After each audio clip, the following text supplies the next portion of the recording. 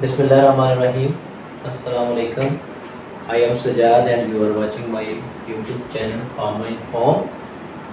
Farmer inform में आज हम जो डिस्कस करेंगे बहुत बेसिक सा टॉपिक है, बेसिकली डिसइंटीग्रेशन वर्सेस डिसोल्यूशन के डिसइंटीग्रेशन और डिसोल्यूशन में फ़र्क क्या है। देखने में तो बहुत आम सी चीज़ें हैं, बहुत से लोग इस बारे में जानते भी हैं, लेकिन एक रिव्यू देना है सिंपल सी बेसिक सी चीज़ें, ताकि कोई भी बंदा जो हमें कन्फ्यूजन होती है अगर हमसे पूछे कि डिसोल्यूशन और डिसइंटीग्रेशन में फ़र्क क्या होता है तो हम उसको एक्सप्लेन कर सकें।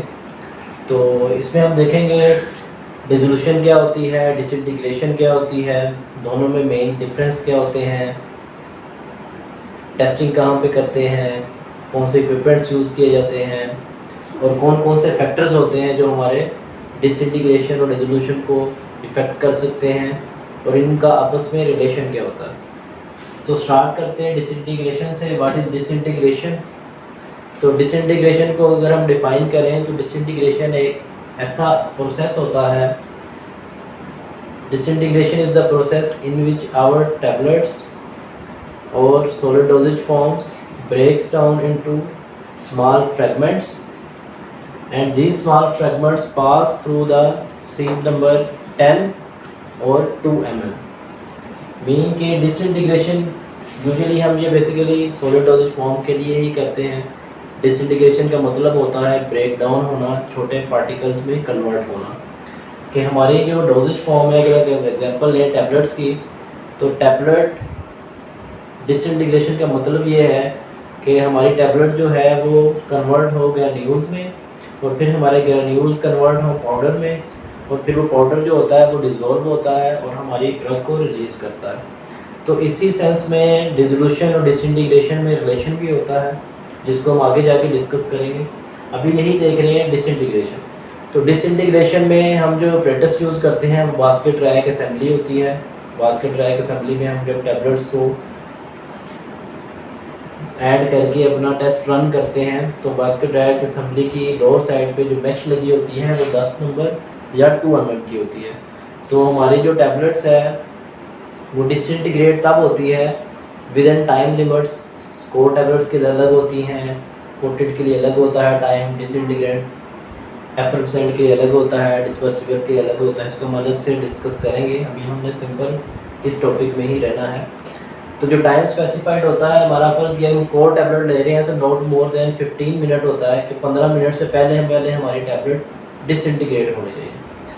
तो डिसइंटीग्रेट होने का मतलब ये है कि हमारी टैबलेट बास्केट में जब टू एंड फ्रो मूवमेंट्स हो रही होती है, फ्लूइड में डिप हो रही होती है बास्केट, तो हमारी टैबलेट साथ साथ ग्रेन में कन्वर्ट होती है। वो ग्रेन सीव में से पास होके बीकर में जा रहे होते हैं। और अगर कोई सीव के ऊपर मैस बिहाइंड लेफ्ट रह भी जाता है तो वो सॉफ्ट इनफ होना चाहिए कि वो कोई हार्ड मैस ना हो। तो डिसइंटीग्रेशन की समझ आ गई होगी आपको कि डिसइंटीग्रेशन में सिंपल हमारी जो रिक्वायरमेंट होती है वो ये होती है कि टैबलेट्स स्मॉल फ्रैगमेंट्स में ब्रेक डाउन हो जाए, जो कि 10 नंबर जाली या मैश जो यूज़ हो रही होती है उसमें से पास हो जाए और कोई भी सॉलिड मैस जो है वो पीछे ना रहे। इसमें इस प्रोसेस को हम बोलते हैं डिसइंटीग्रेशन। और डिसइंटीग्रेशन के जो अपरेटस यूज़ करते हैं उसको बोलते हैं basket rack assembly. Further detail पढ़ेंगे हम बास्केट रैक असेंबली क्या होती है, डिसइंटीग्रेशन टेस्ट पास कब होता है, फेल कब होता है, उसको बाद में पढ़ेंगे। अब देखते हैं डिसोल्यूशन क्या होता है। तो डिसइंटीग्रेशन बेसिकली देख चुके हैं, अब डिसोल्यूशन क्या होता है। डिसोल्यूशन जैसा कि नाम से ही शो हो रहा है कि डिसॉल्व, कि डिसोल्यूशन में हमारी जो डोजेज फॉर्म होती है वो प्रॉपरली डिसॉल्व हो जाती है। यानी उसमें सिंपल ये नहीं है कि आप स्मॉल फ्रैगमेंट्स में कन्वर्ट होना है, बल्कि उसको कम्प्लीटली डिसॉल्व हो जाना चाहिए और एक सॉल्यूशन प्रिपेयर करना चाहिए। तो इस अमल को हम बोलते हैं डिसोल्यूशन। अब डिसोल्यूशन जो होगा, डिसोल्यूशन की इम्पोर्टेंस क्या होती है कि और डिसोल्यूशन और डिसइंटीग्रेशन आपस में इंटरलेट कैसे करते हैं। अगर हम एक टैबलेट खाते हैं या फिर हम एक टैबलेट ले रहे हैं, हमारे स्टमक में जाके अगर वो टैबलेट स्मॉल फ्रैगमेंट्स में कन्वर्ट ही नहीं हो रही तो वो डिसॉल्व कैसे होगी, उसका एपीआई कैसे रिलीज़ होगा, फार्माकोलॉजिकली इफेक्ट उसका कैसे आएगा।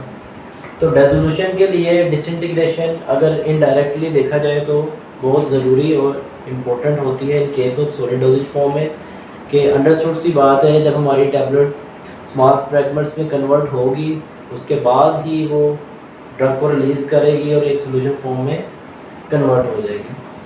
तो डिसइंटीग्रेशन में एक फ़िज़िकल टेस्ट है, इसमें हम फिज़िकली अपने टाइम क्राइटेरिया के अंदर रह के देख रहे होते हैं कि हमारी रिक्वायरमेंट्स पूरी हो रही हैं कि नहीं हो रही।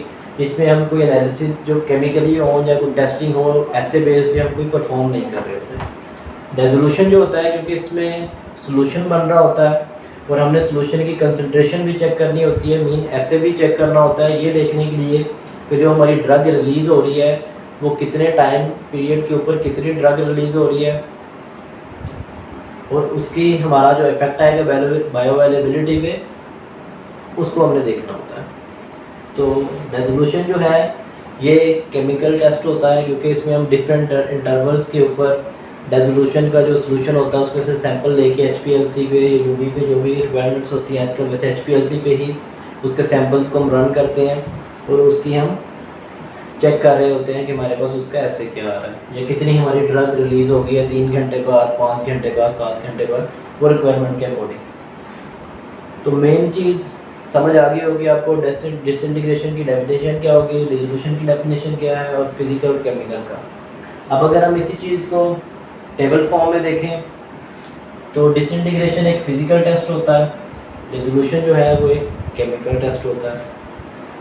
डिसइंटीग्रेशन जो है वो ओरल सॉलिड डोजेज फॉर्म्स के लिए किया जाता है, लिक्विड के लिए हम डिसइंटीग्रेशन नहीं कर सकते।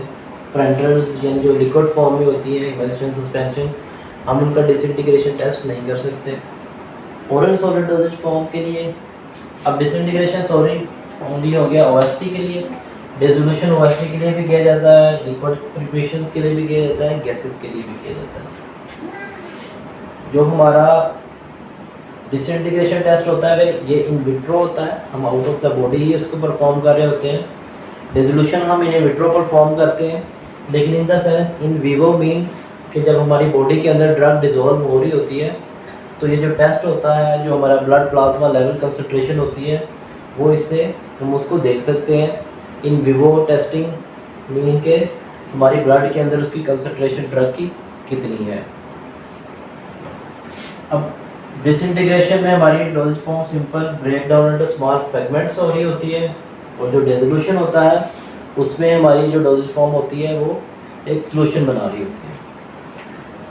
नेक्स्ट स्टेप हम जो देखेंगे वो होते हैं फैक्टर्स, कि कौन कौन से ऐसे फैक्टर हैं जो डिसइंटीग्रेशन को इफेक्ट करते हैं और रेजोल्यूशन को इफेक्ट करते हैं। तो इन फैक्टर्स में सबसे पहले अगर देखा जाए अमाउंट ऑफ बाइंडर, अगर हम सॉलिड डोजेज फॉर्म की ही बात करें तो सॉलिड डोजेज फॉर्म में अगर हम बाइंडर की कंसंट्रेशन को एनहांस करेंगे तो हमारी जो बॉन्डिंग होगी ग्रेन्यूल्स के दौरान वो ज़्यादा होगी। जब हमारी ग्रेन्यूल्स में बॉन्डिंग ज़्यादा होगी तो हमारी जो ड्रग रिलीज़ है वो स्लो होगी। जब ड्रग रिलीज स्लो होगी या हमारी बाउंडिंग स्ट्रॉन्ग होगी तो ड्यूरिंग डिसइंटीग्रेशन टेस्ट जो है वो हमारी जो टैबलेट है वो ज़्यादा टाइम लेगी फ्रैगमेंट्स में कन्वर्ट होने के लिए। और इसी को अगर हम रेजोल्यूशन में देखेंगे तो हमारा जो रिलीज प्रोफाइल है उसकी वो स्लो होगी, यानी डिसइंटीग्रेशन टाइम प्रोलॉन्ग अगर हो रहा है किसी भी चीज़ का तो उसकी जो डिसोल्यूशन प्रोफाइल है वो लो हो रही है। इसको हम देख सकते हैं डिसइंटीग्रेशन और डिसोल्यूशन का आपस में कोरिलेशन क्या है। मीन अगर एक टैबलेट की डिसइंटीग्रेशन टाइम हमारा प्रोलॉन्ग है, मीन 20 मिनट है, तो उसका जो डिसोल्यूशन प्रोफाइल है वो लो होगी। सपोज अगर dt है 20 मिनट, डिसोल्यूशन प्रोफाइल है सपोज एग्जांपल के लिए कह रहा हूँ 60%। अगर हमारा डिसइंटीग्रेशन टाइम है 10 मिनट, क्योंकि ये जल्दी डिसइंटीग्रेट हो रही है तो हमारा जो डिसोल्यूशन रेट है वो भी बढ़ जाएगा सपोज 80%। तो बाइंडर जितना ज़्यादा होगा उतना डिसइंटीग्रेशन प्रोलॉन्ग होने के चांसेस होते हैं और डिसोल्यूशन प्रोफाइल लो होने के चांसेस होते हैं। हार्डनेस, अगर हमारी टैबलेट ज़्यादा हार्डनेस पे हम कंप्रेस कर रहे हैं तो वही उसमें कंपैक्टनेस बढ़ जाएगी, डिसइंटीग्रेट वो स्लो होगी और डिसोल्यूशन प्रोफाइल हमारी लो हो जाएगी। नीडिंग टाइम ड्यूरिंग मैन्युफैक्चरिंग, अगर हम अपना बाइंडर ज़्यादा बाइंडर की तो हमने एग्जांपल ले ली है। बाइंडर फिक्स अमाउंट में डालने के बाद अगर हम उसको वेट ग्रेनुलेशन के दौरान वेटिंग टाइम इन्हांस कर देते हैं तो उससे भी चांसेस होते हैं हमारे जो ग्रेन्यूल्स प्रोड्यूस होते हैं वो हार्ड होते हैं। अब नीडिंग टाइम बढ़ेगा तो ग्रेन्यूल्स हार्ड प्रोड्यूस होंगे, हार्ड ग्रेन्यूल्स का डिसइंटीग्रेशन टाइम भी प्रोलॉन्ग होता है और डिसोल्यूशन प्रोफाइल जो होती है वो लो हो जाएगी। सीव सिलेक्शन, बेसिकली ये ग्रेनुलेशन में अगर हम सीव्स की सिलेक्शन को केयरफुली सिलेक्ट नहीं करते, हमारी एक टैबलेट है, स्मॉल साइज़ की टैबलेट है, हम उसके लिए ग्रेन बनाने के लिए लार्ज साइज़ की सीव सपोज 12 नंबर मैश यूज़ कर लेते हैं तो ग्रेन्यूल साइज़ बड़ा होगा। ग्रेन्यूल साइज़ इन्हांस होने की वजह से या लार्ज होने की वजह से उसका डिसइंटीग्रेशन टाइम भी बढ़ सकता है, उसकी रेजोल्यूशन प्रोफाइल भी लो हो सकती है। तो इन सारी चीज़ों को देखा जाता है ड्यूरिंग फॉर्मुलेशन कि हम अपने डिसइंटीग्रेशन टाइम को और रेजोल्यूशन प्रोफाइल को कैसे ऑप्टिमम कर सकते हैं। डिसइंटीग्रेशन के लिए हम डिसइंटीग्रेट्स यूज़ करते हैं, सुपर डिसइंटीग्रेट्स यूज़ करते हैं ताकि हमारी जो रिक्वायरमेंट्स हैं वो मीट करें। तो उम्मीद है आपको समझ आ गई होगी कि डिसइंटीग्रेशन और रेजोल्यूशन में फ़र्क क्या होता है। अगर आपने इसको पढ़ना हो रीडिंग फॉर्म में तो यही आर्टिकल ब्लॉग पे अवेलेबल है, उसका लिंक डिस्क्रिप्शन में दिया हुआ है, आप वहाँ से इसको डिटेल में पढ़ भी सकते हैं। फिर भी किसी चीज़ की समझ ना आए तो आप कमेंट्स में पूछ सकते हैं। वीडियो अच्छी लगी हो तो लाइक कीजिएगा, चैनल को सब्सक्राइब कीजिएगा। नेक्स्ट वीडियो तक के लिए इजाज़त दीजिए। अल्लाह।